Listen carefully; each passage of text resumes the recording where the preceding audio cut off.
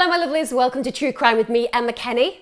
Thank you for joining me tonight. And if it's your first time, I release content on a Wednesday and a Sunday religiously. So if you like crime and you like lots of content, this is a channel for you. Give us a subscribe, go on, give us a like, have a chat with us on the comments. Also, before I start tonight's True Crime, which is a great one, I want to say a massive, gigantic thank you to my awesome sponsor, because this video is being sponsored by Surfshark.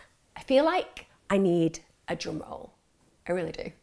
If you don't know what Surfshark is, well, I'm going to tell you. It's basically a VPN. It's something I have on my phone and all my devices. So it's known as a virtual private network, to be precise, meaning as if by magic, I can change my IP address. And that means that when I come across shows or films that aren't available in the UK, but are available elsewhere in the world, then I can just unblock them, meaning that no one can interfere with my viewing. No one at all. And this includes all Netflix, Amazon Prime Video, Disney Plus, and YouTube content. And also, if that wasn't enough, Surfshark's clean web feature blocks ads, trackers, malware, and phishing attempts, which on a really serious note, guys, is so important these days. You absolutely know how con artists make a huge amount of money this way. So that prevents those kind of issues. Surfshark also masks your IP address, and that's essential if you want to be private whilst you're online, which I do. Because the VPN makes sure that your city, country, and download history are not linked to you. Convenient.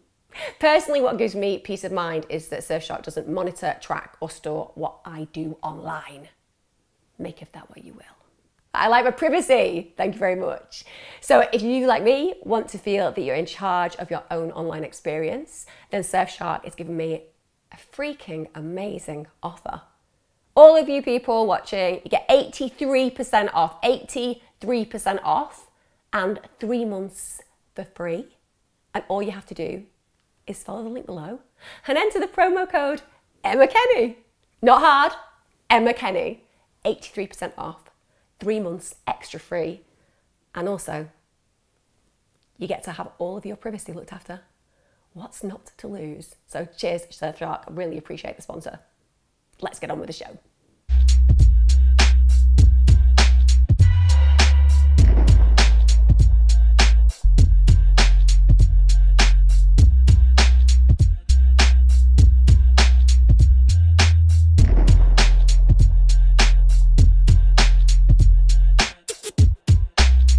If you are back here and you haven't subscribed yet, please do. It really helps me. Also turn your notifications on so you never miss an episode. Love your comments. All the interaction and engagement is amazing. Thank you so much. I've also got a Patreon if you fancy supporting me. If you don't, not a problem. Just come back and watch because that is supportive, whatever. Tonight's case is going to be one that I hope provokes a lot of questions, because I find one of the most interesting areas youth crime. One, because of the way it provokes a certain reaction, because some people find young people killing other people worse than when adults kill, because there is meant to be a naivety and an innocence even about young adults, because they've not experienced the world and you don't think that their thinking processes would go to a place of such darkness. But for others, it can be that they feel that youth crime isn't as serious as when adults commit crime. So the developing brain is still an area that we are learning a lot about, and that means that the consequential thought processes that we would expect to occur in an adult haven't quite formed. So I hope it provokes some questions for you. I'm going to take you back to the 17th of April 2011, and this crime was a pack mentality type. So there were actually 5 individuals involved in the killing to some degree, and there was one who then was an accessory to what happened next. So this involved a lot of people. The victim was 15-year-old Seath Jackson. 15. Just want you to think about that for a moment. Think about what you were like at 15.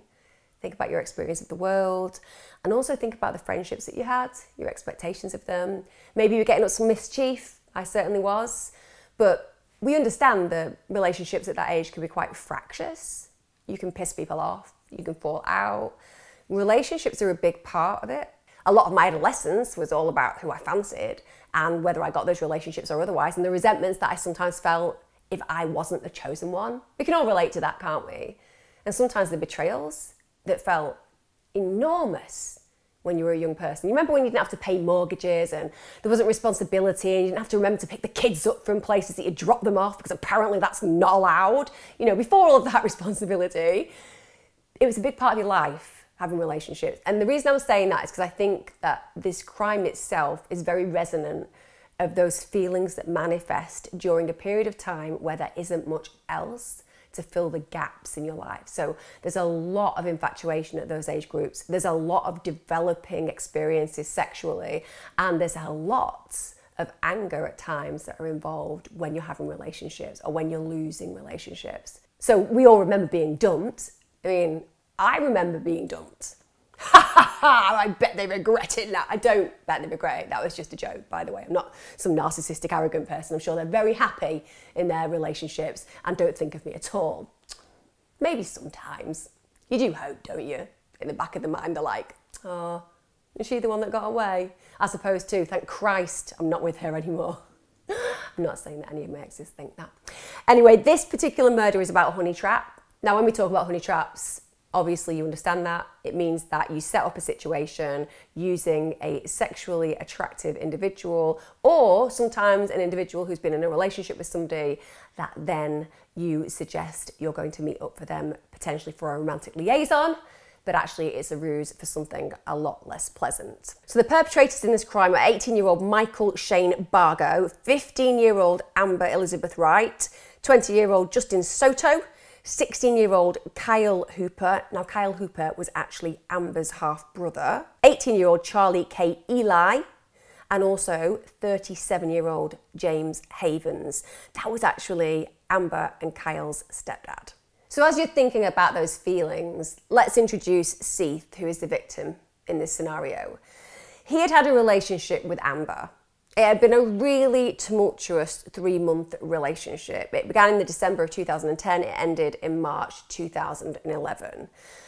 When Amber talks about that relationship in itself, apparently a lot of it was involving drugs. They'd spend their time smoking a lot of cannabis, snorting a lot of cocaine, having a lot of sex. Teenage dream. But you know what I mean, when you go back and you look at your life when you were younger, often there is a lot of drugs, sex and recreation. And certainly they weren't potentially involved in positive activities that parents would require or like, but nonetheless, you know, it's very typical. But they were also very, very aggressive towards one another. And I don't mean that they were physically aggressive, I mean just in the way that they constantly wound one another up, always making each other jealous. It was very toxic, deeply unhealthy. It's also worth saying that Seath was a really attractive boy. He really was. He was a 15-year-old attractive boy. Reminds me a little bit of Justin Bieber. Don't know whether you get that. Just a little bit of Justin Bieber. Now, the area that they grew up was Summerfield, Florida, which sounds great, doesn't it? Whenever I think about Florida, it's amazing. But obviously, there were some really small areas there. Well, small town syndrome, I call it. I grew up in one. And it's not rich pickings as regards to relationships. It really isn't. You know, you convince yourself that you like somebody because they're available within a 1-mile radius of your home. Because back in the day, that's how people communicated, wasn't it? Like you'd see people as opposed to being on the cyber sites. And even though at this moment in time they had Facebook and they were communicating online, still small town syndrome means that you don't often get to kind of hang out with large groups of people. So relationships are really important in that moment. But also, if you're a really good looking boy, then the opportunities are probably quite prevalent for you to also get involved with other girls. Not saying that that was the case, I'm just saying that I can see that Seath was a really attractive boy. Now, the relationship ended apparently because Amber was unfaithful. She said that wasn't true. So when she was questioned about this, she said, actually, it wasn't me who was unfaithful. It was Seath that cheated on me. Doesn't really matter. What matters is it was a torrid breakup. It was acrimonious beyond belief. And the thing about social media is it's toxic at times, isn't it? You all know it. My rule when people have relationship disputes and breakups is often to just block the people that they were involved with on social media, not to make it difficult, but so that they don't do that whole stalking behaviour. They don't get carried away looking at their lives unfold while they're comparing the one that they have, because it's not real, is it? Or they don't get angry because they're seeing them talking to other people and liking other people's posts. It can be really, really toxic and problematic. We see that in murder cases all the time these days, that people wind themselves up by watching their ex living their life, and it leads to this real resentment. And remember, these are kids. We're talking about a 15-year-old and a 16-year-old, and social media is a big deal. And they start communicating with each other on Facebook, particularly, and it's horrible. You know, they are really nasty. And so everyone's seeing this. Be aware that when you're posting on people's profiles, everybody can see what's going on. Seath was clearly struggling with the breakup of the relationship, or certainly the resentment that he felt about the communication, and the way that he spoke to Amber undoubtedly reflected this. So on Facebook, Seath was accusing Amber of... So on Facebook, and you know, this is very open. Seath is very nasty about Amber, calls her a slut, suggests that she's a meth addict. And we can all agree that they are painful things, aren't they? And particularly as a young girl, I think it's probably the worst thing to be called. I look back at when I was a kid and being called a slag or a slut was like the worst thing, followed closely by dog, would you believe? I think dog has lost its position in insult areas, but when I was a 15-year-old, it was like, she's a dog. It was like the worst thing in the world to be called. But slut and slag, they're the things that are really upsetting, because it's the thing that you don't want to be titled with. And even though girls who are given that title shouldn't be, it's up to you as an individual to decide what you want to do sexually. It feels reputationally really damaging. So she's going to be angry with the fact that he's going around saying that stuff publicly about her. And bad behaviour, Seath. It is bad behaviour. Now, Amber moves on relatively quickly and meets a guy called Michael Bargo, and they get involved in a relationship. Now, one of the things that will always and has always driven me mad, because I've worked with young teenagers all the way through to 25-year-olds, but certainly when it comes down to the younger spectrum, so 15 to 19-year-olds, that Billy Big Bollocks idea that so many have. When they see that a girl has been with another guy, it can make them angry, or vice versa, and they feel a need to prove themselves. It's that desire to show that they are actually stronger than the person that they now see as an enemy because of the fact that they have had their girlfriend before. It's territorial, but it's also really, really damaging. It happens so regularly, too regularly to mention, that boys of these ages feel the need to prove that somebody that used to be with their girlfriend is not as worthy as they are. And they can get really riled about this. So Bargo actually tells Seath he wants to fight him. So ridiculous. But that's something that he obviously has within him, this need to prove himself.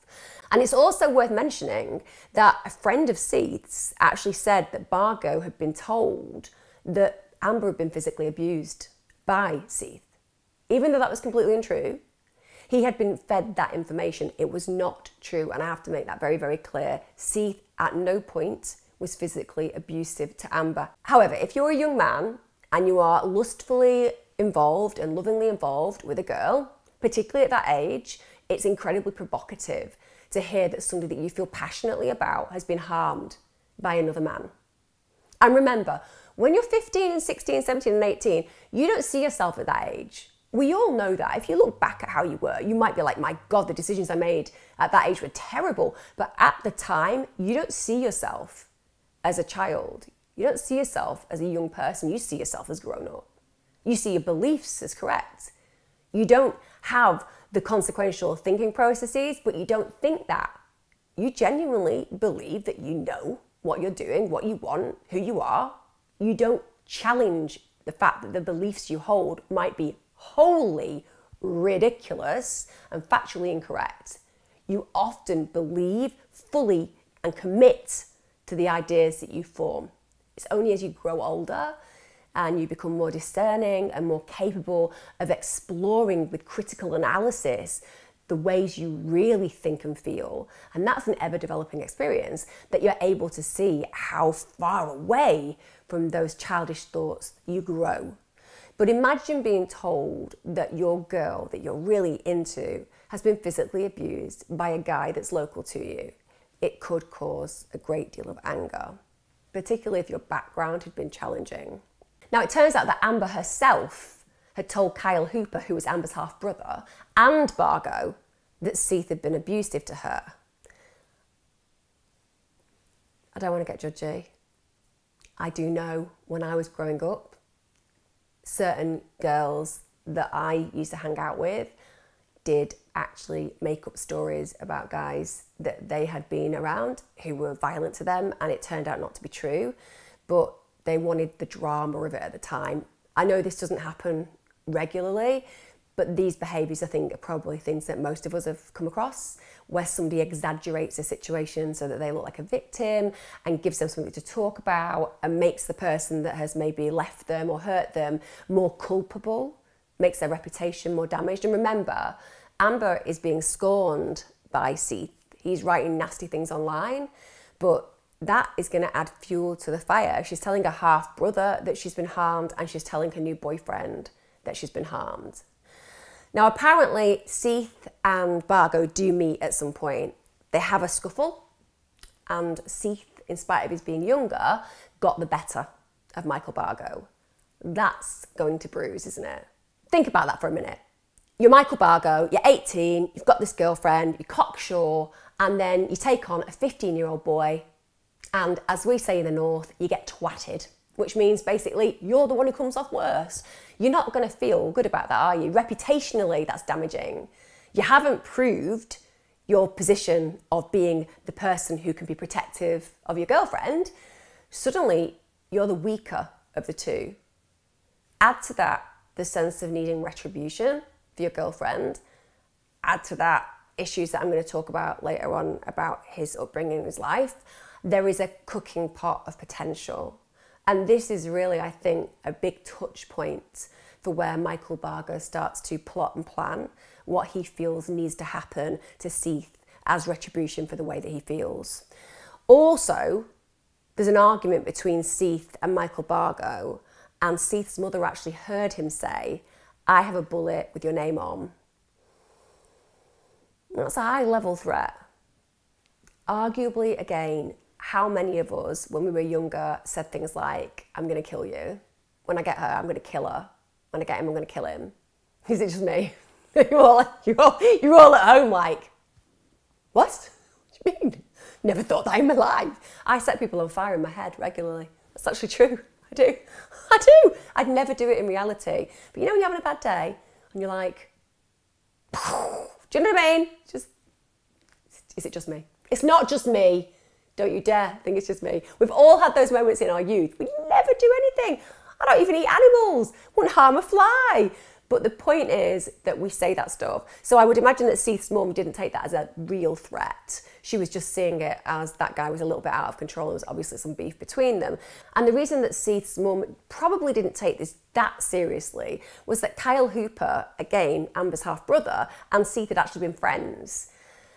Sadly, the friendship had been affected when Seath and Amber broke up, arguably because Kyle Hooper thought that he had more of a loyalty to his sister.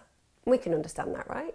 Now, this dislike intensified, and you won't be surprised that it intensified when Kyle discovered Seath in bed with his girlfriend. That is really hard, isn't it?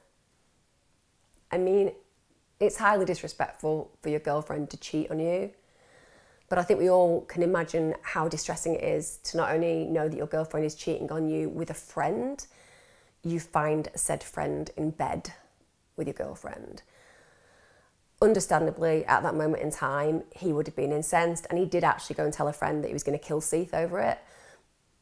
I appreciate that many of us have said things like that in the heat of the moment, and I'm sure that that friend did not take it seriously. Equally, I think we have to feel some sympathy and empathy for Kyle Hooper at this moment in time. It's incredibly challenging to see something like that. Certainly, there is never an excuse to be violent or to attack or to harm anyone over this kind of situation. We just have to acknowledge the kind of ingredients that can lead to terrible outcomes.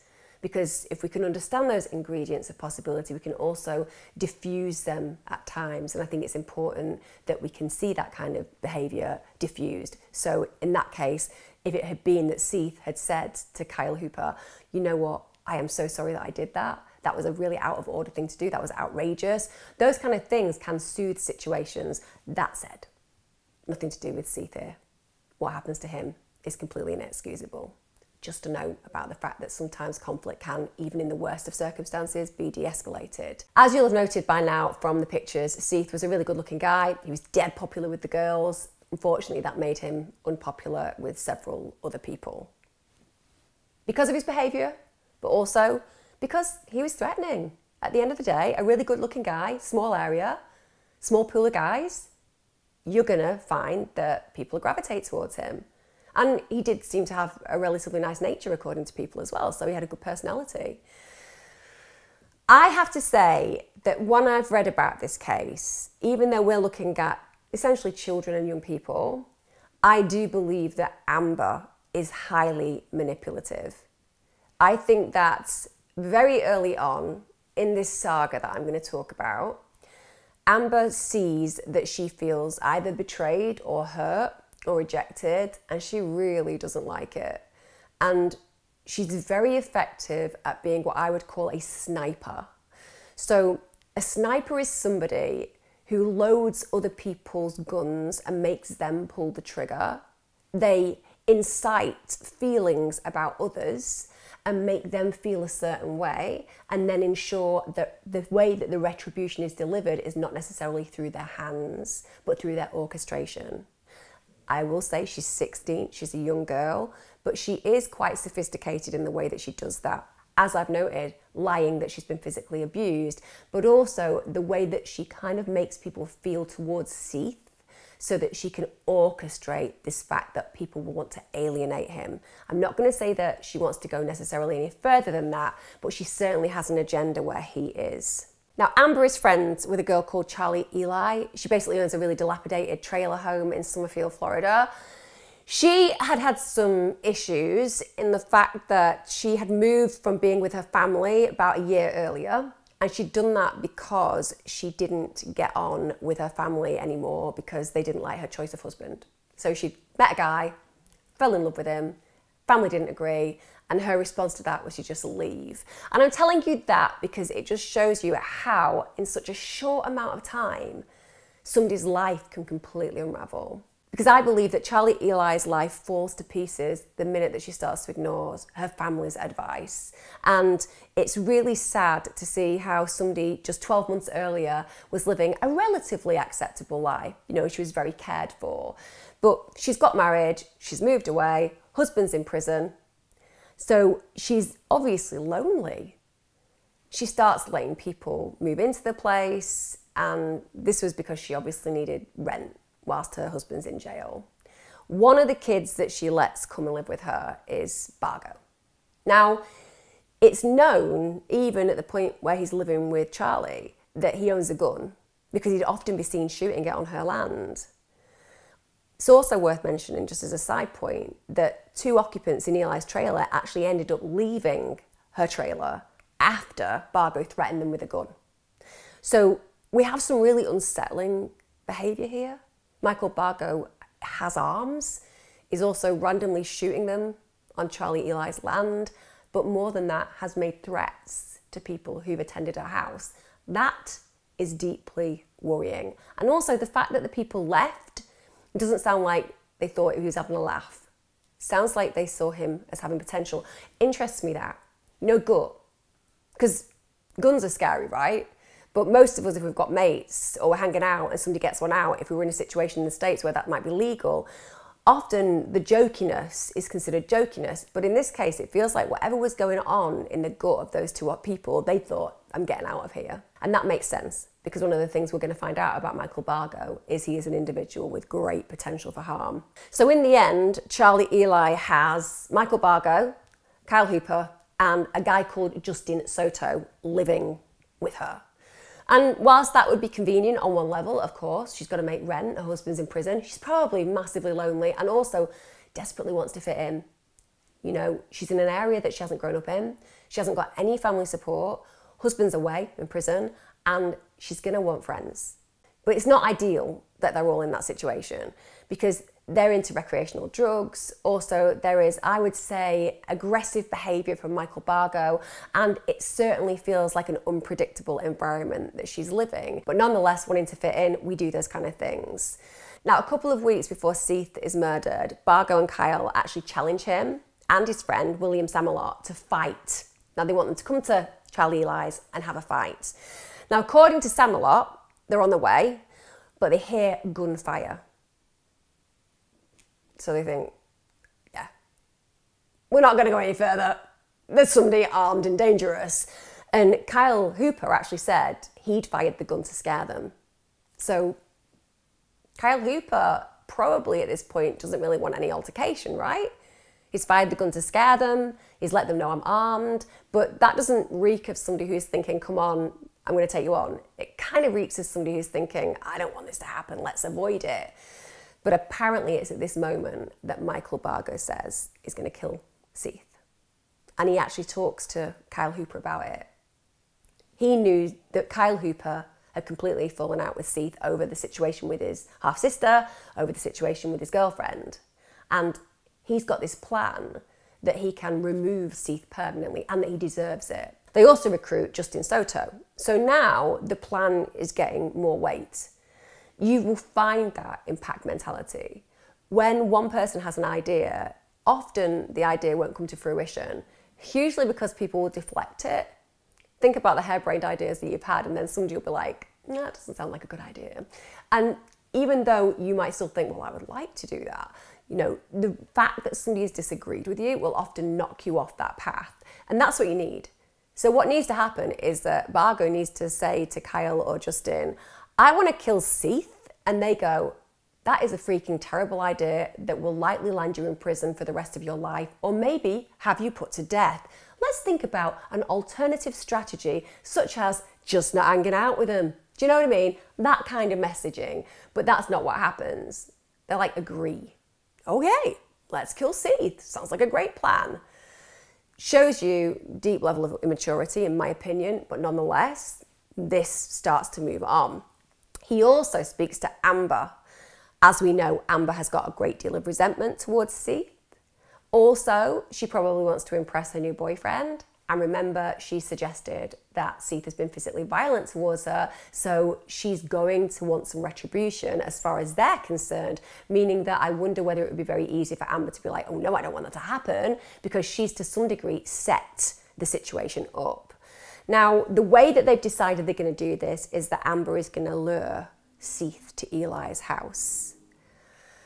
Ooh, it really makes me shiver when I think about that. Just the fact that somebody is manipulative enough to want to lure somebody into a very dangerous situation. So the plan is they'll do that. When Seath gets into the home, they'll basically ambush him.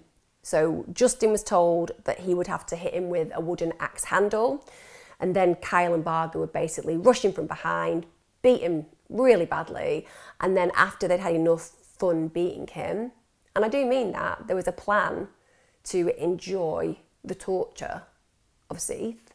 After they've got enough of that, they'll shoot him. Or in this case, Michael Bargo will shoot him.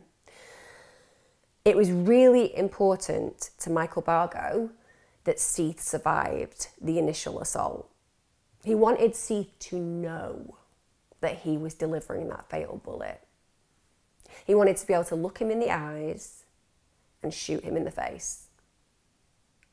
It's that desire to be in complete control of those last moments, to let Seath know that, yeah, he might have kicked the shit out of him. He might have beaten him before. He might have had his girlfriend before.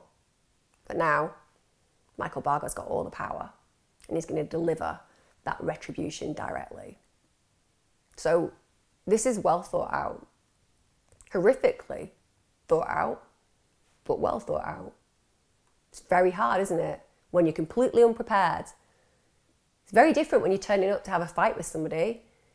You've organised it, there's not going to be any weapons. It's very scary, but it's still, in a way, something you are prepared for. You're talking about Seath being invited by an ex-girlfriend that clearly he still has some feelings with to come to Charlie Eli's house where he potentially thinks that there's going to be a positive outcome. He's not walking in there thinking he's going to be met by murderous intent. Probably just thinking they're going to get high. Maybe if he gets lucky, he'll have sex. The way that the murder plays out is really awful. So Seath and his friend Sam had been round at a friend's house early in the evening, and during that time he gets a text. Amber says, I want to meet, I want to talk. Basically, I'm considering wanting to get back together with you. It's a really emotive text to get, isn't it? Now, I'm going to tell you, Seath was suspicious of this. I hate it when people don't hear that gut. I hate it. In fact, he says to Amber, if anyone tries to jump me, I will never speak to you again. And I just want you to think about how that comes across. It's so childish, isn't it? Like, Seath was a 15-year-old boy. And he's saying, if you get me into trouble, if somebody comes to hurt me, I'll never talk to you again. And that really hurts, doesn't it? Because you're suddenly seeing this child as a child. And he texts her this, Amber, if you have me jumped, I will never give you the time of day. So if I get jumped, say goodbye, all right?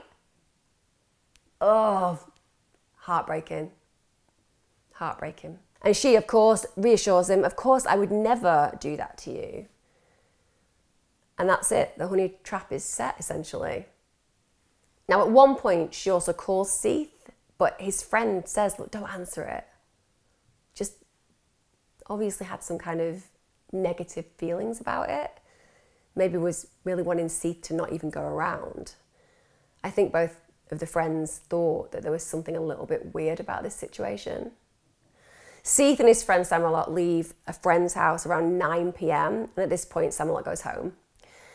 But for whatever reason, probably as I said, because he's got some unresolved business with Amber, and also potentially because he's thinking, I might get laid, he walks towards Charlie Eli's house.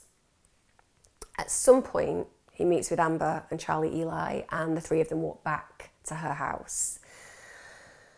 Now, when Seath walks in, the attack doesn't go to plan. And I'll tell you why. Because Justin doesn't hit Seath as instructed. He basically doesn't go ahead with that part of the plan. I think that makes sense, right? It's all very well, you're going to land the first blows, but when you're actually in that situation, firstly, you probably have got involved potentially with the whole plan because you're thinking it's just a bit of a joke, a bit of, bullish behaviour that isn't really going to play out. And of course, when Seath walks in, Justin just doesn't go ahead with that action. So Seath goes and sits down in the front room, totally oblivious. It's at that point that Kyle Hooper charges into the room, wooden axe in his hand, and he strikes Seth on the head. Now, Amber and Charlie Eli at this point run off. They go into Charlie Eli's bedroom. Michael Bargo then enters the room and he starts shooting at Seath. He is struck at this point by a bullet. Understandably, Seath is quick to his feet and he tries to run. He gets out of the front door, gets towards the road, and then, unfortunately, Justin Soto tackles him to the ground. So even though he didn't deliver that initial blow, now that the attack has begun, Justin Soto is involved. Michael Bargo then shoots Seath again. And then he and Justin continue to beat him. At this point, bear in mind, we have a child, completely unprepared for this massacre essentially, completely unarmed, 1 against 3, deeply wounded. So both Bargo, Justin and Kyle carry him back into the house. They then throw him in the bath. What's really sad about this, and I often say this when I'm talking about crime, the thing about bystander interaction is that often witnesses see things that stand out, but for whatever reason, they don't act on it. Always act on something that feels and seems strange. If you see somebody fighting, or you see somebody hollering, or you see somebody being carted off somewhere, it is better to call the police and find out that it was an innocent situation unfolding than to find out that somebody met a tragic end because you failed to react. not blaming the neighbour. I'm saying that when you see things that stand out like this, you have to do something about it. So basically this neighbour later on tells the court that he witnesses 3 males beating up another male with the fists, and then they carry him back into the house. If only they had called the police at that moment in time. Now, as I said earlier on, one of the things that Michael Bargo really wanted was for Seath to understand that he was the one carrying out his death. So just as he'd planned, in spite of the fact that Seath had been shot multiple times, horribly beaten, he was still alive. He's now defenceless in the bath. And Michael Bargo just continues to torture him. Hits him, swears at him, even fires more bullets. When he finally decides to kill Seath, he shoots him directly in the face. Can't imagine how terrifying those moments would have been for Seath. Because it was sustained. He'd been shot several times, he'd been horribly beaten, carried back into a house where he met his doom, and then looking in the eyes of his killer and probably wondering what the hell was going on. I mean, no matter who he'd slept with, no matter what suggestions had been made about potential physical abuse to an ex, how does any of this marry up to the actions of these young people? How has anything he's done resulted in this kind of level of brutality? And that would be what was so shocking to him. But Michael Bargo wanted, in those moments, to inflict as much fear and as much pain, as much humiliation as possible. And you wonder, don't you? Seath was a very attractive boy. Did he want to shoot him in the face just to ruin that beautiful face? You know, to just take complete domination over him, to take the very thing that he couldn't have, that he didn't have? The level of jealousy maybe present in that moment. Of course, now they've managed to carry out this horrible killing that they planned and executed, and it was an execution. They've got a problem, haven't they? Because they've got Seath's body to get rid of. The way that they managed this is to get him into a sleeping bag. But it's not simple. We all know that a physical body, when it's dead, is a dead weight. That's why they call it a dead weight. It's very difficult to manipulate a body that's dead, because obviously you've got to kind of push it and pull it and put it into different situations and directions when you're trying to get it into a sleeping bag. Michael Bargo goes and gets a hammer, so basically he intends to break Seath's kneecaps so that he can fit him in the sleeping bag, and he also hog ties Seath's body before stuffing it into the sleeping bag. Again, for me, that's about humiliation, it's about domination, it's about treating him like an animal. I think there's a very clear psychology there. They then get the sleeping bag with Seath's body in, and Charlie Eli's got a fire pit. It's quite a large fire pit outside her trailer home. So they put his body in the sleeping bag in the pit. That fire had been very well prepared. Very well prepared. It was roaring by the time that Seath arrived at that property. I know people can say, well, maybe it was always roaring, maybe they were always chilling by the fire, getting high. I cannot argue that that's not the case. I am telling you, it was very well prepared. And it seems to me like the boys knew what they were doing. If that isn't terrifying enough, my lovelies, if that isn't horrifying enough, that they have now planned, executed, broken bones of to fit in a sleeping bag a defenceless child's body, now placed in a furnace, they then have a drink and a party. Literally. Neighbours said, yeah, they saw the fire. Yeah, it was roaring. And basically, the kids were all dancing, being loud, playing music, getting high. All while Seath's body slowly burnt. And Kyle Hooper in particular, well, he was diligent. He stayed tending that fire until 2:30 a.m.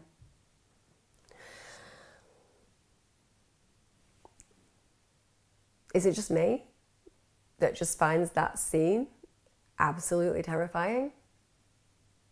No running away from the scene, no being horrified by the actions, no depressed behaviour, just a party with a nice big fire, something cooking on it. Because that's the reality, isn't it? Imagine the smell.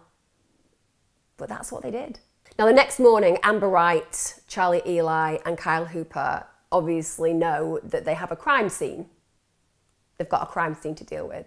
So they clean the house with bleach. And it's at this point that Kyle Hooper goes to work. They've carried out this murder. They're trying to be quite sophisticated over removing the contents of the house and DNA. And Kyle is just going to go to work. Horrifying. But for me, what makes this situation even more horrifying is what happens next. Because James Havens, that is Amber and Kyle's stepdad, well, he just comes along to help dispose of Seath's remains, and you heard that correctly. Amber and Kyle's stepdad comes to help them remove the remains of a child's body from a fire pit. 37 years old. Now, I often make a joke, and I do make a joke. I say that if my kids rang me and said, "Mum, I've murdered somebody," I'd say, "I'll be there with the pigs and the lime and a spade. Just hang on." I don't mean it. You know damn straight that if your child did something like that, you would have to make them tell the police. You would tell the police yourself, right? No. And what does that say to you about the relationship in Amber and Kyle's life? If they can trust their step-parent to come and help them dispose of a murdered boy's body. And it even turns out that Michael Bargo had called Havens the evening before and said the deed is done. Now, when Havens testifies, he actually says that he'd been at Charlie Eli's the day before. He'd heard Bargo, Amber, Kyle, Justin and Eli basically discussing a plan to kill someone. He even suggested that he left because the conversation made him uncomfortable. Not that uncomfortable that he told the police or didn't help them dispose of the body, but it made him uncomfortable. Not uncomfortable enough to become an accessory to a murder, not uncomfortable enough to help them remove a body. Just a bit uncomfortable to be around them when they were talking about it. Because obviously talking about it is a lot more uncomfortable than actually going through with it. Whatever. And also, why is Michael Bargo calling James Havens? Havens was 37 years of age. Why is he hanging out with teenagers? That is weird. Anyway, that was a bit judgmental, but it's true. It's weird. 37-year-olds should not be hanging out with teenagers. It's not okay, unless they're a parent or an uncle or a friend of the family, but you know, not as mates. Very weird boundaries. So they basically shovel Seath's remains into 3 large 5-gallon lidded paint buckets. So obviously they've got the resources. They then put them in the back of Havens' truck. Also, to make this even more horrific, before doing this, as Seath's body hadn't completely burnt, Michael Bargo gets pliers and removes each of his teeth from the charred skull to prevent identification. That shows you a gratuitous willingness to engage in violence. Apart from the fact that he thinks he's quite sophisticated about this, he isn't, as we'll see very shortly, but he's definitely trying his best to ensure that they won't be able to pin the crime on him and they won't be able to find Seath or identify him. It's obviously something that's completely ridiculous and is more CSI than reality, because we know that DNA doesn't just work like that anymore. It was very handy years ago to get dental imprints, because that is how a lot of people were recognised when they were found, and there were bodies without any skin and flesh and identifying features. But these days we've moved on a great deal, and like specks of blood in our house can give us our DNA. So now Havens drives Michael Bargo and Justin Soto, at Michael Bargo's direction, to a remote water-filled quarry, and that's where they dump the buckets into water. So this has been planned, hasn't it? This isn't chaotic. This is really structured. From the initial thoughts right through to the execution of the individual, to the disposal of the body, burning it, removing teeth, placing in buckets, dumping in the water. Now, what Michael Bargo doesn't realise is that Seath is a much-loved child. So the minute that his disappearance has occurred, i.e. he hasn't come home when his mother expected, she's told the police. It's even on the local news that he's disappeared. So it's quick. The fact that it's made it onto the local news is obviously going to alert Amber and co to the fact that suddenly they're in a situation where the guy that they've murdered is everywhere. And in fact, Amber and Kyle's mother calls her partner, who we know has just helped remove the body, to tell him about Seath's disappearance. Now, when Michael Bargo hears about the fact that obviously it's on the news, he's like, I'm going to leave town, which is relatively clever, you know, get yourself ahead of the game, escape if you can, do something with your appearance, do anything to kind of deflect people knowing that you're involved and give yourself some space. And that would be what most of us would do, right? If we really had been involved in that kind of crime and we heard that the police were onto the fact that this person had disappeared and they might start connecting the dots and we're going to get away, we're going to do that quietly, aren't we? Because we aren't going to want anybody to realise that we've been involved in a horrific murder. Yeah? Gonna lie low, stay quiet. No, not Michael Bargo. No. He actually gets Havens to drive him to one of his girlfriends, Kristen Williams, and he just tells her everything. Yeah, just, I killed him. It's me. Just complete confession immediately. So after he's told her, they then actually drive to her dad's, James Williams, where he tells him, James's girlfriend, and even James's son, what he'd done. He even told one of Williams's neighbours. So he is just spewing his guts up when it comes down to confessing. Part of me goes, that's that desire to just kind of confess, but there's another part of me that's like, is he just really proud of this? Is he excited by what he's done? Is it his moment of glory, you know, where this Mr. Nobody is suddenly somebody? He wants people to be aware, that's my murder. I planned that. I executed that. I'm the one who was powerful in that moment. Now, he changes his story pretty quickly and he says, yeah, I did kill somebody, but actually it was somebody who raped my little sister. So he's starting to recognise that he's let the cat out of the bag a little bit and he can't retract fully because maybe he doesn't want to be seen as a liar and actually he's acknowledging the fact that he has been powerful and killed somebody, but now he's going to give it a just killing perspective. People do have just killing ideas where they kill a paedophile or they kill a rapist, and even though it's killing, for some reason people identify that as less problematic than an ordinary murder. So he starts to embellish his story. Now, when Michael Bargo gets arrested, can't keep his mouth shut. Gets arrested on the 19th of April and just tells his cellmates, literally tells his cellmates what he's done. To the point where, by the way, it's amazing to watch in court. I do advise you watch it in court because you're like, the cellmate can just reel the story off. And as much as people will be like, oh, he heard it from the news. No, he knew stuff that no one would know. It's as simple as that. And he's that moved by the fact that this kid's been killed. He goes and says to the police, look, I've heard all of this stuff. This needs to come out. And this is where Michael Bargo says that he actually got burnt during the situation because when he was trying to burn Seath's body, like a canister had gone off. I think it's a canister, you can check that out, and it had hit him in the face. If it's not enough that he's told a mate of his and all her family, neighbours, you know, 2 people in his cell, also a retired corrections officer hears him say that there were only 2 witnesses who'd actually seen him shoot Seath. So as much as to some degree we can be like, there was an element of sophistication about the planning and execution of this murder, he is singing like a canary. He has got absolutely no control when it comes down to keeping it in. And if you go and watch him, and I would advise that you go and look at him being in court, he cannot be quiet. He just can't. He just talks and talks and talks and talks. And they heard everything that he said to me. You heard Kyle going off on me, and they come back in, and I asked him, you know, what the hell? You know, what happened? And she's sitting here crying, you know, Amber's sitting here crying, talking about she didn't mean for that to happen. Objection here. All I was supposed to do was show these people where this line rock pit is at. That's all I was supposed to do. You climb over though, when you go back probably about 30 feet, you'll hit the rock face, and that's where it is.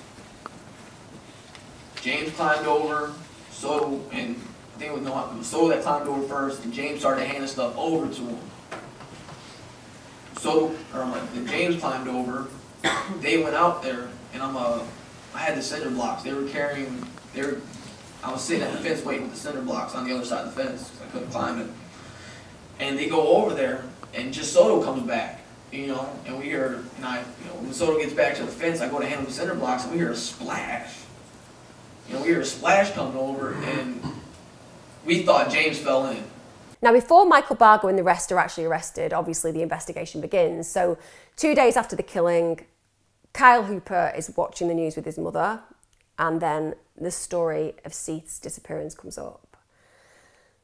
At that moment, Kyle Hooper says, Seath's dead, and I'm involved. And with respect, Tracy Wright, his mum, gets straight in touch with the police. I really respect that. I really respect that. That's a really hard thing to do, isn't it? You know what's going to happen to your child. But she calls the police straight away. They come and interview Kyle. At this point, Amber and Charlie Eli are also present. Kyle becomes instantly emotional. He's emotional throughout. I'm going to give him that. He's really upset and emotional. Whenever you see him interviewed in court, there's a lot of conscience within it. Doesn't excuse anything. I'm saying this individual is traumatized by his actions. Once we got him into the house, and we were supposed to rub him up, and Mike wanted him still alive, and we wanted to put him in the bathroom. He wanted to put him in the bathtub, and he wanted him to be still alive, so he can, shoot him. While you're still alive, let him face to face, I guess. I don't know. So Seth would know who it was that killed him? Yes, ma'am.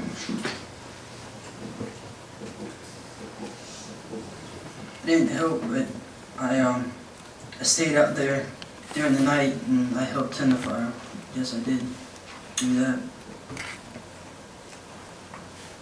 What happened to the stick that you hit Seth with? It got disposed in the burn pile. Okay. What did Michael Bargo do with the gun that he used to shoot Seth? He threw it into the air conditioning duct in the house. Now, the police do state that the group themselves seem quite nonchalant. I think that Kyle Hooper isn't that nonchalant, but they were there. I wasn't. Amber's the first to get questioned. She's basically put in what they call a soft room. So they've got couches, her mother's allowed to be there. And this is when Amber says that Seath had basically turned up uninvited and that Kyle Hooper had been the first to attack him.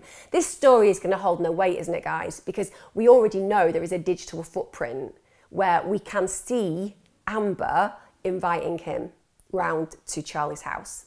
So she instantly is tripping herself up at this moment in time. She's clawing to try to make herself look innocent, but in doing so, she's obviously making herself seem guilty because it is going to come out that on social media she has been getting in contact with him and texting him and so on and so forth. But she obviously is trying to cultivate in that moment a story that she isn't the one who's guilty. And interesting that she throws Kyle under the bus, right? That's her half-brother who has to some degree been very loyal to her, and yet she says that he's the one who caused it. And I ask you now, is that because she's resentful of the fact that he's now admitted that he was the one who was involved in the killing? So she acknowledges he's already made to some degree that confession to his mother, is likely to do the same to the police, so she's thinking quickly and calculatingly. She is manipulative. So she says to herself, okay, well, I'm going to say it was nothing to do with me, it was all to do with Kyle. So she basically says that as soon as Kyle even hit Seath, she and Charlie Eli were so scared that they run off, lock themselves in Charlie's bedroom, where they fell asleep. Gunshots, screams probably, banging, shouting, abuse, and you're like, it's just what happens all the time, innit? And I can sleep through that. Sleep through a murder, not a problem. So again, really unsophisticated story that they just fell asleep. She also says, sorry, I'm laughing, not because of what happened, it's horrific, but just because of the way that people come out with things that literally don't make them seem innocent at all. Because she says that the next thing that they remember the next thing I remember, I woke up and it just all smelt of bleach.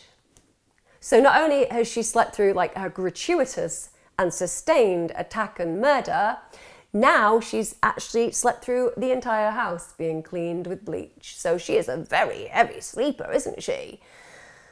Kyle Hooper's then interviewed and he gives a really different version of events. He implicates 5 people and he even implicates himself. Again, what Kyle Hooper did will always be reprehensible. Do I have more respect for him in this case? Yes. Because Kyle Hooper did a horrible thing, and Kyle Hooper knows he did a horrible thing, and more importantly, Kyle Hooper realises that he deserves to be punished because of that horrible thing. That says conscience, and it might not be good enough right now for us because he killed and was involved in the killing of an innocent child. But it does say potential redemption. Because if you can see the horror of what you've done and you're given the tools to change, there is a possibility in the future, possibility that you can restore yourself to being a good citizen. I'm not saying that's the case, I'm just saying it sparks and speaks of conscience, doesn't it? Then they get Amber in because they're like, you're a liar, you're a liar, because we've just heard the story and we trust him a lot more than you. So they re-interview her and basically at this point she's in the hard room. So you'll see the hard rooms. There's like a table, the chairs, it's bleak and it's meant to be. They want you to feel very ill at ease in there and they want to hurry up the confession, right? She does ultimately confess that she's been involved in Seath's murder and she does actually largely agree with Kyle's version of events. So they arrest Amber and Kyle, understandably. They get Michael Bargo because he's now at the Williams' house and they arrest him there. And after the second interview of Amber, the police realise that they've made a big mistake. They hadn't read her Miranda rights. Just remember that for later on. They then bring her in for a third interview. They read her rights at this moment. And again, she reiterates what the police were told in the second interview. Can you imagine being a police officer? Can you imagine the detective? So we've got a confession. Yeah. She's admitted everything? Yeah. Just play it back to me. Oh, it's great, that. It's great. There's something missing. I feel like it's a great confession. An amazing confession. The bit where she admits it all and where she implicates herself and then like, I just feel like something's missing. Like, oh yeah, just the most important part of it where you read her the rights and otherwise you can get up in a technicality even if you've killed somebody, but never mind. I bet somebody got a proper warning over that. People make mistakes, I know. I'm not blaming the officer, I'm just saying how upsetting would that be, particularly if she hadn't have come in and confessed again. So at this point, the police obviously get warrants. They search Michael Bargo's room at his grandmother's. Even though he'd been staying with Charlie Eli, obviously they're going to be checking on his behaviour and also looking for things like weapons, and they find a heritage handgun and an empty .22 cartridge case. So they know that this man is somebody who's had guns. They also know that there are empty cases. In Charlie Eli's house, they lift a floor vent and they actually find a hidden heritage handgun and boxes of live .22 caliber ammunition. They also find blood evidence on the bathroom floor, kitchen floor, living room floor, bathroom wall, and also the kitchen ceiling of Eli's home. Just everywhere. And I'm telling you that because it demonstrates the gratuitousness of the violence, the blood splatter marks, the fact that it was in different rooms, the amount of blood that would have been involved. Also, they go and look in the fire pit and they find what they believe are some human remains. They then go to the quarry. They find the paint buckets because they're floating. Sorry, again, this isn't me joking about what happened. I'm just saying that why would you put plastic containers in water and expect them not to float? They're plastic, they float. So basically, they can get them out straight away, and in there's loads of evidence, burned bones, tissue, etc. And they're able to use the amazing DNA analysis to match the remains that were in the quarry to the remains that are in the fire pit, so they can tell it's the same body. They analyse the remains, which are horrifically charred and completely mutilated to some degree, and they can match from that the fact that it's a body from a Caucasian male aged between 14 and 18 years of age, so fits the missing Seath. Meanwhile, they get the ballistics report back and it says, yeah, there's a .22 caliber bullet that they managed to extract from tissue that was obtained from the quarry itself. So they've managed to find the burnt tissue and they could find the .22 caliber bullet. So a horrible job, but they managed to get that. And that's really important because it matches with Michael Bargo's gun. Now, marks on the actual bullet and the one fired from Bargo's gun were also found to be a match. So bang to rights, simple as that. So we have all these confessions. We have people identifying each person at the crime scene, but obviously the trials are going to be separate because each of them needs to be held to account. Michael Bargo, when he's at his trial, claims, I didn't get involved. No, it wasn't me. No. I didn't kill him. I just was there. I did help dispose the body. Yeah. Yeah, I mean, when I was just telling everybody that I killed him and when I planned it and when I got all of the things set up, you know, I bailed. I didn't do it. I let them do it. That's what he says. That psychology of taking some culpability. A lot of criminals think that if they admit a bit of it, then people will be like, oh, he's totally innocent. Like, he totally admitted it. Even though he's putting himself into a situation where he has committed a crime, then he's going to get sentenced for that. He didn't obviously do the rest because why would he when he's just admitted this bit? It's very common that people think that if they admit a little bit, that somehow they'll get away with it. Doesn't wash, of course. So what Michael Bargo says is that on the day that Seath meets his horrible end, Kyle has taken his revolver and that then he gets into a fight with him and Justin about it, and then they beat him up. So now, Michael Bargo is the victim. He's got beaten up. Remember, his face is a bit done in when the police get him. You'll see that from the photos of him. So actually we know that happened because of what occurred in the fire, but he's using this as an opportunity to deflect blame. So at this point, Michael Bargo is deflecting. He's saying he just goes walking, you know, he's going off now, he's leaving, and he's walking for like 2 hours, which is at some point the murders occurred during that 2 hours, and then his father comes to pick him up because he didn't get where he was going. Can you see how weird this story is? And he ends up being dropped back off at Charlie Eli's. And at this point, he finds out that Kyle has killed Seath with his gun whilst Michael Bargo's out. Convenient. A little bit weird though, Michael, that you're saying that you've been beaten up by your mates and you've left because of it, and now your dad's driven you back to your mates who are apparently violently beating you, but okay. Then he says that they threatened to blame it on him when he said, we need to call the police. We basically, look, you've done a bad thing, guys. You need to call the police. We need to call the police. But basically that was his game. That he genuinely thought that he could convince people that he was an innocent victim. It was all Kyle and Justin's fault. He was completely outside of the version of events that they talked about. And he even suggested that they needed to call law enforcement because he was a good little citizen. He was a little bit guilty of stuff, but not really guilty, you know?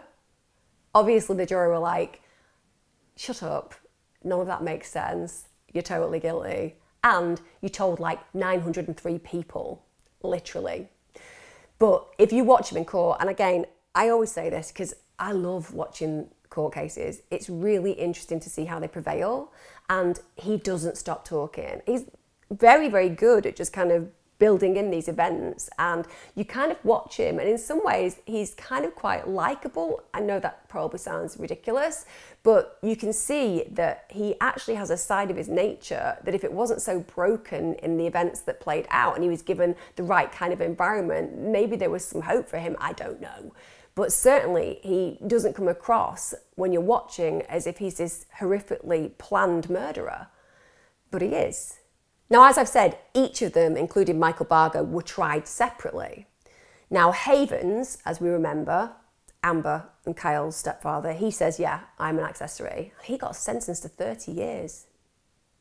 30 years. That's a long time, isn't it? Just think about that. Think about the fact that her life is going to change beyond any recognition. Her partner is going to prison for 30 years, and Amber and Kyle, her children, are being tried for murder. Amber, Kyle, Justin and Eli, they are all found guilty of first-degree murder and they're sentenced to life without parole. It's a big old sentence, that, isn't it? You know, you're talking about young people here. Life without parole. So Michael Bargo was found guilty of first-degree murder and sentenced to death. He became the youngest man on Florida death row. I don't know how you feel about that. How do you feel about that? I'm going to be honest, I always struggle with young people and crime because I genuinely don't think that young people are the same people they are 10 years down the road. But I do believe that the crime that he carried out had the hallmarks of true psychopathy. And I do think that he is certainly an unsafe person to be walking our streets. Do I think that he should be put to death? I do not feel that he should. I do not have an issue with other people who do, but I think he is very young to be put on death row. Now, his death sentence was vacated. Now, that means that it's put on hold, basically. Put on holiday. It's a nice way of putting it, isn't it? Death sentence vacated. It's going to be put on holiday for a while because there was an appeal. And the reason that that happened is basically the jury didn't find a unanimous verdict of the death sentence. It was 10-2.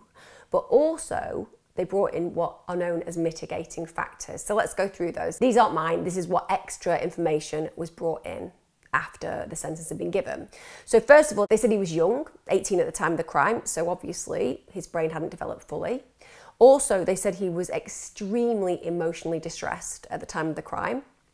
But also, they brought in some really severe issues that go back all the way to childhood. So first of all, frontal lobe brain damage. Now you'll know if you listen to my channel and other channels and crime shows, frontal lobe damage is often something we see in psychopathy and criminal behaviours that lead to things like serial killing. It's certainly not the reason for it, but if you are damaged with your frontal lobe, you tend to have issues around spontaneity, impulsivity, boundaries. Your behaviour might not fit the normal social constructs of expectation, but part of that is to do with the fact that you have brain damage, and he certainly did.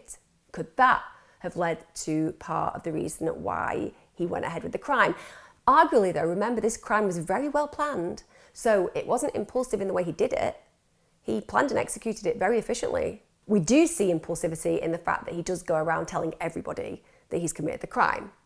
They also bring in that he has bipolar disorder, that's serious, schizoaffective disorder, he's got a history of self-harm, complex partial seizure disorder, so again, issues with brain activity. He suffers from hallucinations, diminished control over inhibitions, which is what I was talking about when I'm talking about the frontal lobe issue. That's what we would expect to see. He's also abandoned by his dad. He grew up in a really disadvantaged and abusive home. On top of that, he had really severe substance abuse problems, and that aggravated a neurological disorder that he had. So there are a lot of mitigating circumstances there, right? A lot of mitigating ingredients that go into this kind of behaviour. But what really annoys me is that at school, a psychologist had actually said, this kid, he needs to be sent to a mental health unit. He needs to be locked away until he is made well. He is seriously, seriously at risk, both to himself and potentially others. And they listened to that, And they looked at that, and you know what they did? They sent him to a boot camp for 6 months. Now, I know Dr. Phil in America does that stuff. Turnabout Ranch or whatever it is.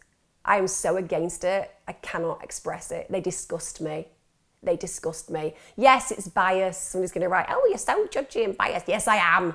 Because that's not what we meet mental health with. We don't meet mental health with severe boot camps. We meet them with compassion, with care, often with psychiatric drugs. We certainly don't punish them, which is what boot camp is. Call it what you like. It's a military event in a child's life, boot camp. You may as well send them to an army with a really aggressive officer in charge.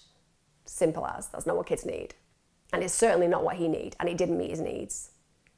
So until recently, we didn't know whether those mitigating circumstances were going to mean that Michael Bargo avoided the death penalty, but they've just upheld it.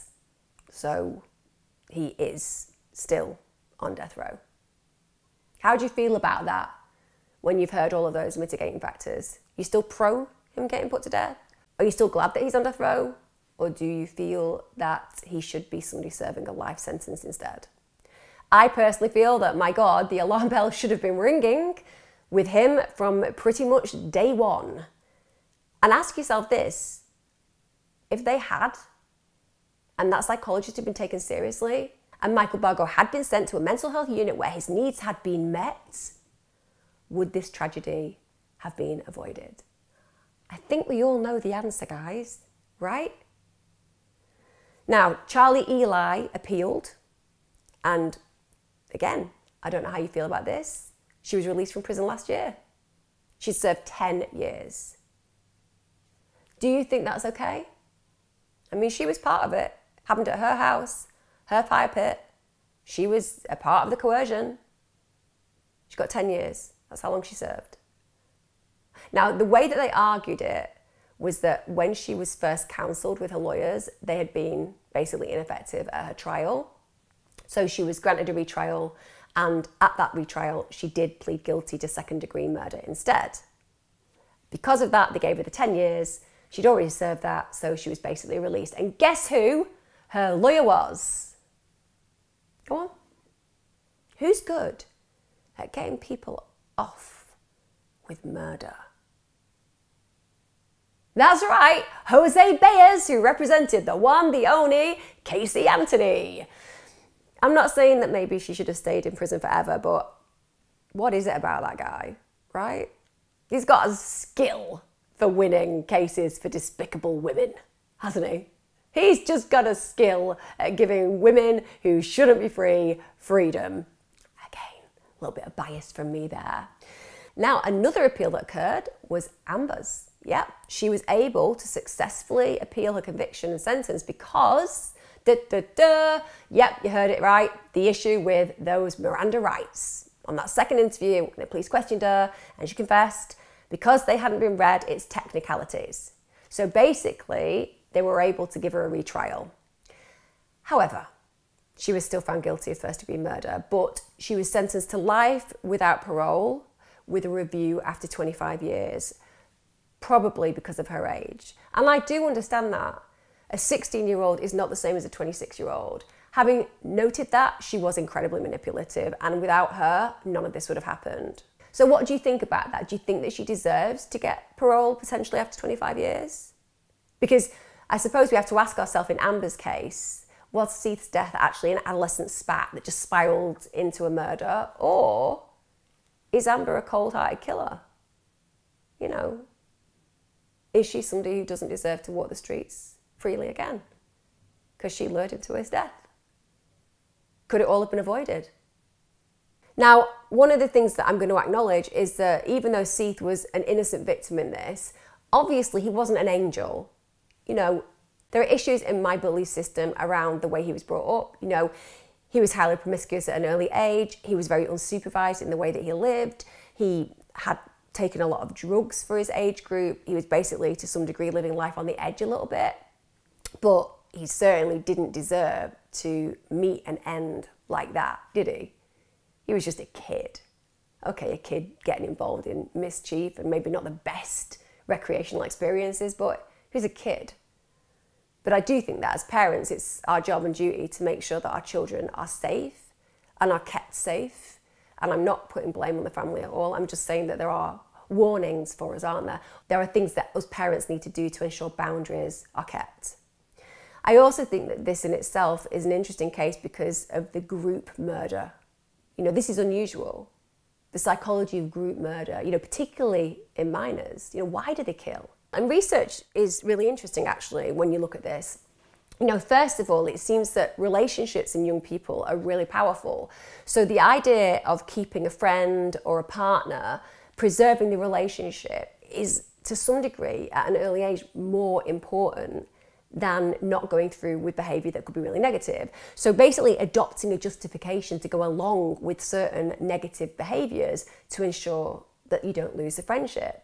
Also, children aren't always that sophisticated at getting exit strategies, so knowing how to leave a situation that they want to leave. So let me bring you back to that point where Justin is meant to attack Seath with the axe handle, but doesn't go through with it.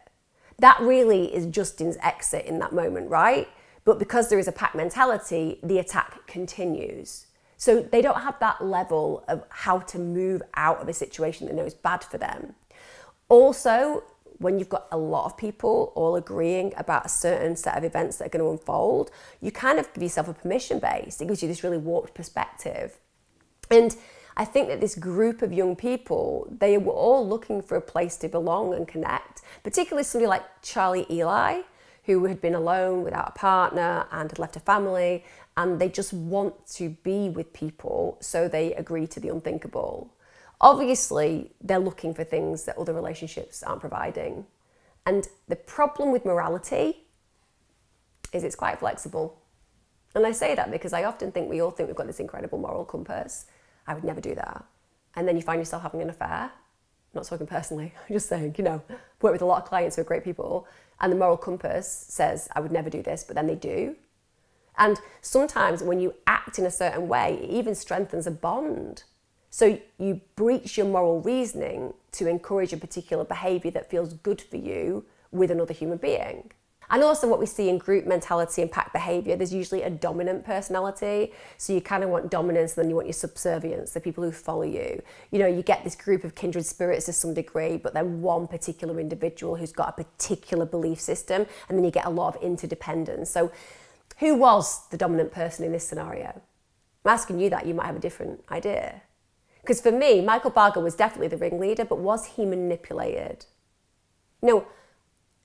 Amber was described by her cellmates as quiet and harmless.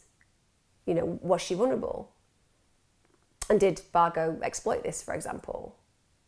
But alternatively, is it possible that Amber, who was described as very manipulative by Seath's parents, was it possible that she manipulated Bargo into shooting Seath? Possible, isn't it? So when we have these dominant people, they're going to need followers. They're going to need those accomplices, aren't they? And when we look at groups who tend to have dominant individuals with accomplices, it tends to be young people. Their followers tend to have a low IQ, often had very chaotic or interrupted education, very often deeply insecure, and some of them also have mental instability. So they are vulnerable. And very often the group itself will be highly unpopular, antisocial. They might be socially isolated, they'll keep themselves to themselves, and they'll be very tight-knit, but they'll often feel that the world is against them. They'll feel that they're not very connected to the world around them, and it's them against the world. And of course, it's also worth noting that sometimes they just don't have a moral compass at all. They meet a group of people who there is a dominant character who excites within each of those other individuals this desire for violence. And of course, that is a massive catalyst for disaster, isn't it? And I'm always going to bring in the fact that mental illness can play a part in this. I mean, Michael Bargo obviously had big problems. And if you think about mental illness and a group of people, you know, we can have shared delusions. You know, there can be a dominant individual and then the rest of the group can kind of be infected with it. Think about Charles Manson. He'd be a great example of that. Think about some of the cult leaders who managed to get people to kill themselves. You know, if you have a dominant belief system and are convincing enough and you have needy people around you, then you can convince people to do things that they wouldn't do. And I'll just bring in a little bit of research, because there's been a hell of a lot of research done on, you know, minors murdering, because it is a position of interest. The more we learn about why kids kill, the more that we can start to refine our understanding of when the ingredients of possibility begin. And that means that we have a better opportunity of changing that kind of behaviour, right? So researchers have looked at like 146 murders by young people under 14 between 2005 and 2012. And what they found was really interesting. They found that most child murders fall into one of 5 categories. So an older sibling beats to death a child between the age of 0 to 2 whilst taking care of them. You'll all have heard of cases like that. I've dealt with cases like that. I've worked with a young person who actually did that. Another category is where a child kills a parent or a grandparent. We all know that we've covered cases like that on this channel. Another killing section is that a child will have grabbed a gun and killed a peer or a friend during a moment of rage. Again, in America in particular, we hear of lots of those situations. It's a moment of madness. Another category they found is where a young teen shoots an individual when they're committing a crime. So they might be getting involved in a robbery, stealing a car, and then somebody comes and gets involved as an adult stranger, and that person gets killed. And finally, a group of teens attacking a lone victim as part of either an ongoing conflict or maybe gang issues and related concerns. That's the one that we've just covered there. Now, even more shockingly, 90% of killings by minors are carried out by boys between the ages of 11 and 14. 11 and 14. And 75% of the time they actually kill somebody older than them. Saying that, just rest easy. Rest easy. It's not like loads of 14-year-olds are going to go around killing people. It's like killings under 14 account for around 1% of murders. And I'm going to be honest, for the most part, the reasons that young people say they kill is because they're angry, or they're frustrated, or they feel like a sense of interpersonal conflict, so to speak. So in Seath's case, it does seem to be the latter. I think that we could all agree, no matter what your feelings are on this case, and whether you agree that the death sentence should have been served and that people should be going to prison for life without parole, and so on and so forth, we have to admit that adults are better, aren't they, at recognising destructive and toxic relationships. I certainly am. I certainly recognise them now compared to what I did when I was a young person. And also, as you get older, you're better at noticing things that aren't quite right about people. So that person that you just thought was a bit fun and impetuous when they were 16, who got to like crazy things, often later on down the line, if they were acting that way as an adult, you'd realise that there was something distressing that was going on for them mentally. So as you get more discerning and older, you're able to navigate that more readily. And I think we can agree that as children and young people, we're much more easily manipulated. Come on. You know, so many of us started smoking because we wanted to look cool and our mate had a packet of cigarettes. That's how we end up getting really drunk and so on and so forth. It's because usually there's a level of us wanting to fit in, and we want to do that because we feel like that will make us have a sense of belongingness. So we go along with things that maybe aren't that good for us. And then how do you get out of that? How do you get out of that? None of this is me excusing what they did, by the way. It's inexcusable. But I just think it's really important to differentiate between what our expectations of an adult and our expectations of a child. I guess the big thing that you've got to learn from this kind of scenario is we all have a duty to choose our friends very carefully, right? And also to ensure that our children learn to choose theirs very carefully too, because children don't have the same wisdom as us elders. I hate the fact that I can say that legitimately these days, that I am an elder, but nonetheless, you know, we do have that option, don't we? And I think in this case, there's no winners, right? These are lives that have been horrifically affected forever, for all of them. I still ask you that question though. Do you think Michael Bargo should be put to death? I'd love to know in the comments, because with all those mitigating factors, with those mistakes that occurred, do you think that he is completely without the possibility of redemption? Or do you feel that with the right help, guidance and support, that he could, yes, stay in prison for the rest of his life, but learn that what he did was wrong and serve his life out under state control safely? Just comment. If you've liked this, please come back. Like I said, every Wednesday, every Sunday. If you like my content, you can always go along to Patreon and help me out, but equally, you don't need to. Thank you to everyone who does though. You're making my content better all the time, and I massively appreciate it. Join me next time, and if not, I'll find out where you live. No. Sorry, that was really threatening. See you later.